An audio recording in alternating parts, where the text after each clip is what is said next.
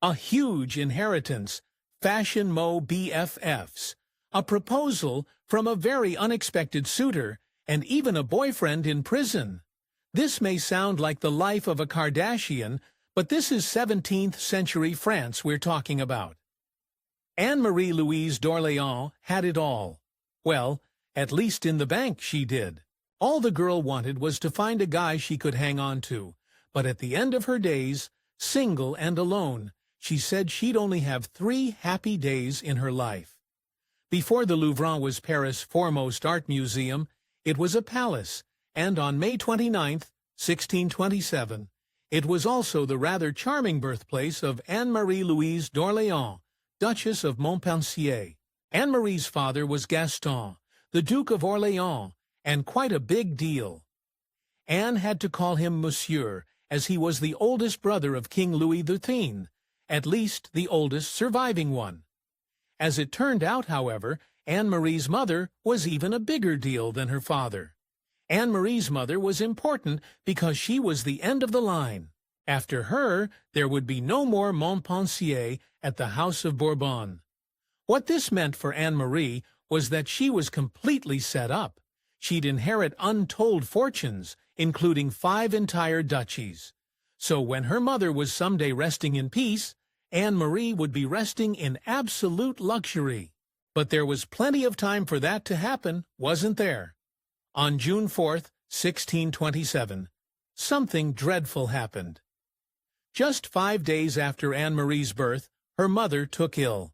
Time was just 21 at the time, but in those days, problems around birthing were common and often didn't turn out well. By the end of that day, Anne-Marie's mother was no more. Anne-Marie was just 5 days old, and she'd already lost her mother. Of course, it wasn't all bad. This also made her one of the richest 5-day-old babies the world has ever seen. French authorities hired a full-time governess for our little duchies, but she was a controversial choice. Madame de Saint-Georges had just returned from England, where she'd gotten into a heap of trouble for being a meddler. This snobbish nanny helped teach Anne-Marie just how important she was, and Anne-Marie learned quickly. When she was just a toddler, she told someone that her grandmother simply could not possibly be her grandmother. Why? Because her real grandmother must have been a queen. That's a pretty haughty statement for a toddler. Imagine how bad she'd get when she was a teenager. In 1638, Anne-Marie's uncle, Louis XIII, had a son. Since Louis XIII was then the King of France, it was a sure thing that this baby would be next in line. An 11-year-old Anne-Marie took one look at the baby who would be king and made a shocking announcement. She said she would marry him. Louis XIII thought it was hilarious and laughed even harder when Anne-Marie called the baby her little husband. Does anyone else feel that an 11-year-old saying she wanted to marry a baby is creepy? All this time, Anne-Marie had the same governess, Madame de Saint-Georges. Well, in 1643, when Anne-Marie was 16 years old, Madame passed. After 16 years together, they'd grown quite fond of each other, and it was clear that Madame's replacement was going to have her work cut out for her.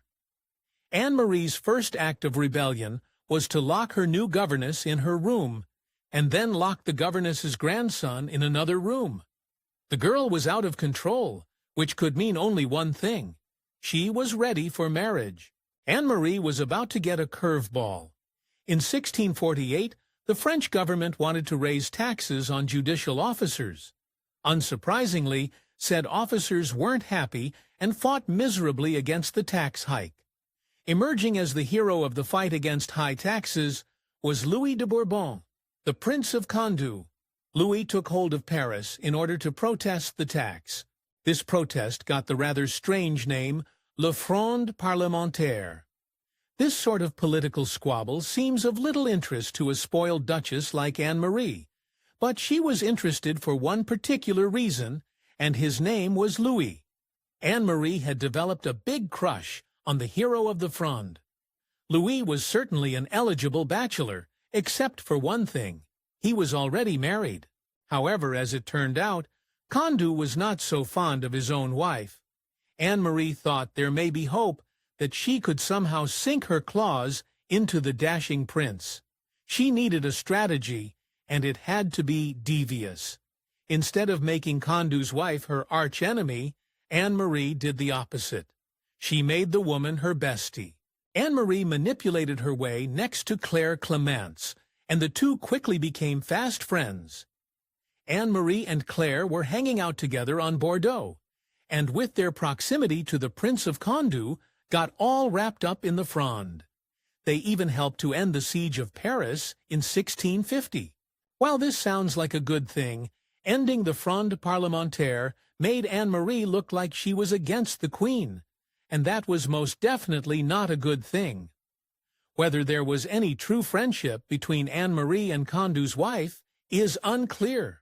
Was Anne-Marie simply keeping her enemy close? When Claire became ill, Anne-Marie's true colors came through, and they were lurid. She heartlessly assumed that Claire would not survive her illness, and she would have Condu all to herself. All Anne-Marie had to do was wait for her friend to pass, and voila, she'd have a husband. The only problem with Anne-Marie's sneaky plan was that Claire might survive her illness, which she did. So much for Anne-Marie's scheme to marry a hero. No matter, it was now time for Fronde number 2. During this period of unrest, the city of Orléans wanted to pull a Switzerland and stay neutral. Now, Orléans was Anne-Marie's namesake, so she wanted to help them in any way possible. Instead of trying to help Orléans from afar, Anne-Marie got it in her head to actually go there. Anne-Marie ended up staying in Orléans for 5 weeks, and she started calling the city My Town. Anne-Marie had finally found something she was passionate about, and that passion was about to get her into big trouble. The 5 weeks in Orléans changed Anne-Marie. She now had a desire to get involved. When she arrived back in Paris, she saw that the city was again involved in a battle. Condu, her hero, was trying to enter the city, and Anne-Marie sought it as her duty to help him. She decided her part in the plan was to fire a cannon from the Bastille, directly at the Queen's collected forces.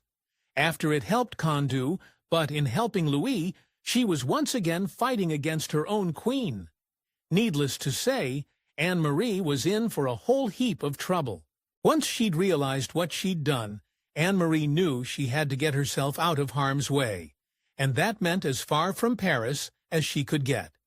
She decided on her residence in Saint-Fargeau. In 1652, Anne-Marie reached the age of majority, and she took the opportunity to take an interest in something near to her heart, her money. However, when Anne-Marie did take a look at her finances, she found something unsettling. Instead of being the wealthiest heiress in the land, she realized she was in crippling debt. But that didn't make any sense, unless she'd been betrayed. It didn't take Anne-Marie long to figure out who had basically robbed her blind, her dear old dad. But he wasn't the only family member with a knife in Anne-Marie's back. Anne-Marie had had it with her father, and vowed to never forgive him. Well, this didn't last very long. She forgave him for taking the money, and then the Queen, also in a forgiving mood, welcomed Anne-Marie and her father back to court. The Queen, however, did have one zinger ready for Anne-Marie's arrival. When the Queen saw her niece, she simply remarked, "Well, your looks have improved." When the Queen gave her such a backhanded comment, Anne-Marie had to take a good long look at herself. She noted that she was neither fat nor thin. She had a well-formed bosom, and even though her arms and hands weren't beautiful, she did have good skin. But it wasn't just Anne-Marie who was eyeing herself. She had a few guys looking her way, too. Anne-Marie's little cousin, Louis XIV, was now all grown up. At 19 years old, he was an eligible bachelor for Anne-Marie. Anne-Marie was now 30, but what did it matter? Age may not have mattered, but something else did. Anne-Marie's horrible reputation. Remember when she fired that cannon at the Queen's army? Well, the Queen hadn't forgotten, and that deed made her ineligible to marry her cousin. Luckily, there were two cousins. Louis XIV had a younger brother, Philippe, Duke of Anjou, who was 17 years old. Even though there was a rather large age difference of 13 years, Philippe was starting to consider Anne-Marie as a person of interest as his wife. Anne-Marie liked the idea of marrying the king's brother, but then she realized something shocking about Philippe. Philippe was certainly putting the moves on Anne-Marie, but it may have been just a show. It turned out that Philippe was more interested in men than women. It wasn't just that he was gay. Anne-Marie didn't like something else about Philippe. He was a mama's boy. Anne-Marie gave Philippe a hard no. Sure, a much younger gay man didn't seem like a good match for Anne-Marie, but was she just being too picky? In 1666, Anne-Marie met Antoine Lempart de Commande, who later became Duc Lausanne. In spite of his fancy-sounding name, Lausanne was an impoverished nobleman. Besides that, there are a few other important details to know about Lausanne. He was very opinionated, he was a renowned soldier, he made women go wild, and he was physically very, very small. This rare combination of characteristics somehow made Anne-Marie go bananas. She was finally in love. She was 39 and he was 34, and nothing was going to stop Anne-Marie from finally marrying somebody she truly wanted to be with. All she had to do was get the king's permission to marry, and it would all be set. What could go wrong? Anne-Marie and Lausanne had already set the wedding day for Sunday, December 21st, 1670. All they needed was the signatures of the king and the queen. Anne-Marie later said that December 15th to 18th were 3 of the happiest days of her life. Well, at least she got those days. Not only did the queen not sign the certificate, she convinced the king not to sign as well. The engagement and wedding were off. Anne-Marie was so despondent, she went into her apartments, closed the doors, and didn't emerge again for weeks. She only came out because she had gotten some horrible news. Lausanne was under arrest. Outraged, Anne-Marie made it her business to see to it the king released him. However, to make this difficult, the authorities moved Lausanne to Pinot Fortress and kept him under tight security. Anne-Marie's beloved Lausanne was in prison, and there was little she could do to get him out. She approached the king and queen and asked them what she could do to get Lausanne freed. Was there some price she could pay? As it turned out, there was. King Louis XIV and his wife offered a brutal bargain. They'd released Lausanne if she gave up 2 of her properties, the 2 most profitable. Anne-Marie had an agonizing decision to make, save her love or keep her fortune. Anne-Marie had only found true love once, and she would do anything to save it. She handed over her land and bought her true love's freedom. But what kind of freedom had she purchased? She and Lausanne married in secret, and they were ready to finally make it official. But how did the king feel about all this? Cruelty? Even after all the hoops Anne-Marie had jumped through, Louis still wouldn't let them officially be husband and wife. In 1681, Lausanne was free from prison and lived at Bourbon Castle for a short time before they let him return to Paris. Once in Paris, Lausanne did not get permission to return to court, so he was stuck at Hôtel de Lausanne. Through all this, there were bad feelings between Anne-Marie and Lausanne. When the Queen passed in 1683, they got together for one last time. It seemed their spark of love had fizzled out. After their meeting, Anne-Marie left for her residence in Paris. Anne-Marie was still at her residence when, in 1693, she became ill. Lausanne was desperate to see her and begged for an audience. Though her old lover's desire for one last meeting touched Anne-Marie, her pride prevented her from seeing him. She refused. Then, on April 5, 1693, Anne-Marie-Louise D'Orléans, Duchess of Montpensier, passed.